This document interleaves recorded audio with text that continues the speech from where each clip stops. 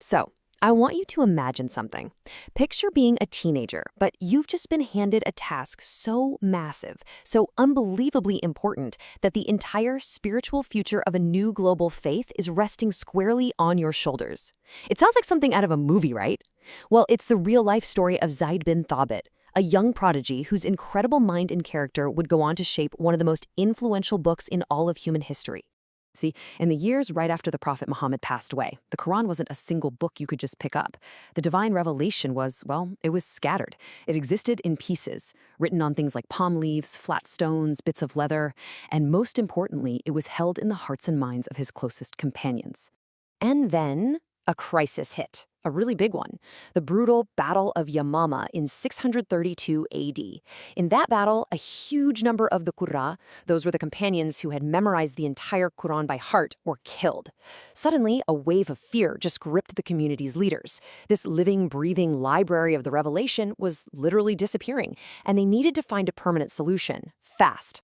Now, the solution to this huge problem didn't come from a seasoned general or some wise old statesman. Nope, it came from an exceptionally brilliant young man, someone who had, in a way, been preparing for this exact role his entire life, even if he didn't know it yet.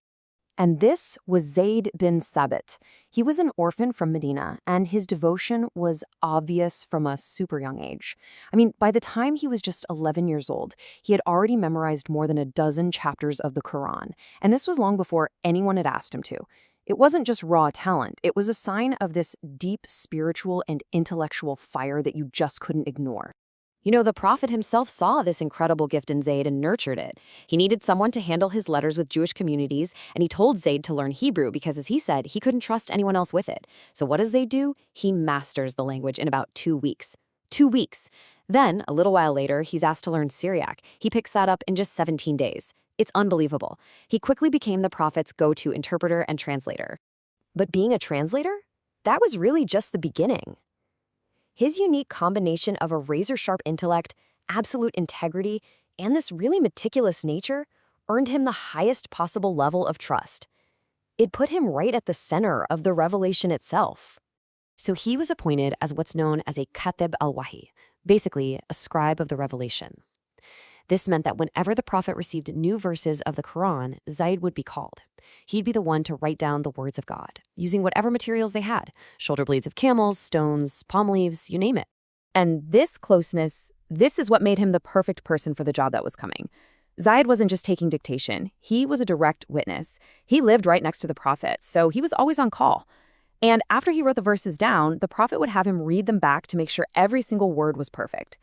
This whole process gave Zayd this incredible first-hand understanding of the text and the context behind it. Okay, so let's fast forward.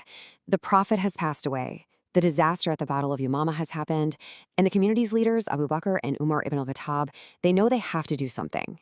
And for them, there was really only one person for this monumental task, the man the Prophet himself had trusted to write it all down. So Abu Bakr calls for Zayd and he lays out the mission. And he highlights the 4 qualities that made Zayd the only choice for the job. He had the energy of a young man, but the wisdom of an elder. His integrity was completely beyond question. And, of course, he had that direct, undeniable experience as the Prophet's own scribe. Zayd's reaction to this, wow. It tells you everything you need to know about the crushing weight of this responsibility. He totally understood the gravity of what he was being asked to do, to find every scattered verse and put together the definitive, final text of a divine scripture for every generation to come.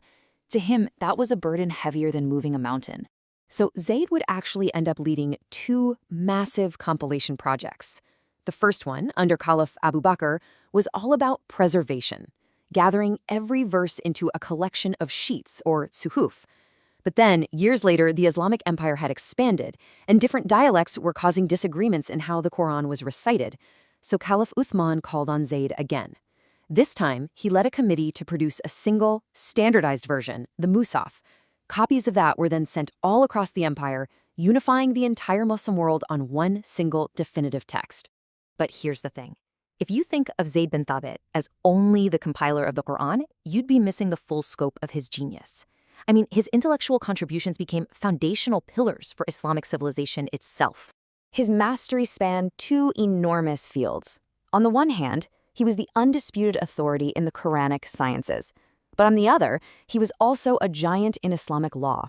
Caliph Omar actually appointed him as the chief judge of Medina because he recognized him as the top expert on the super complex laws of inheritance, a field they called fara'id. And this statement from Caliph Umar, that wasn't just praise. It was an official directive. It basically cemented Zayd's position as the ultimate authority on the Holy Book. The leaders of his time considered his knowledge to be the final word, period. There's this famous story that just speaks volumes. Ibn Abbas, who was a huge intellectual figure himself and the Prophet's cousin, was seen holding the stirrup for Zayd so he could get on his horse. It was this incredible sign of humility and respect. When Zayd asked him why he was doing that, Ibn Abbas said, "This is how we were ordered to treat our scholars." And Zayd, in turn, kissed his hand and said, "And this is how we were ordered to treat the family of our Prophet." Just an incredible moment of mutual respect. So when Zayd passed away, the famous companion Abu Huraira expressed the deep loss that everyone felt. The word he used, hibr, it doesn't just mean scholar. It's deeper. It means a sage, a doctor of the law, the deepest well of knowledge. And in his words, that well had just run dry. And yet, his legacy is more alive today than it's ever been. Every single time a Muslim anywhere in the world opens a copy of the Quran, they are interacting with the direct result of the incredibly meticulous, painstaking work that Zayd ibn Thabit started all those centuries ago. The standardized text that he produced is the very same one read all over the globe today. It really makes you wonder, doesn't it, about that intersection of human talent and divine destiny. The story of Zayd ibn Thabit is just this powerful reminder that sometimes the entire course of history isn't preserved by giant armies, but by the quiet, diligent, brilliant work of a single mind.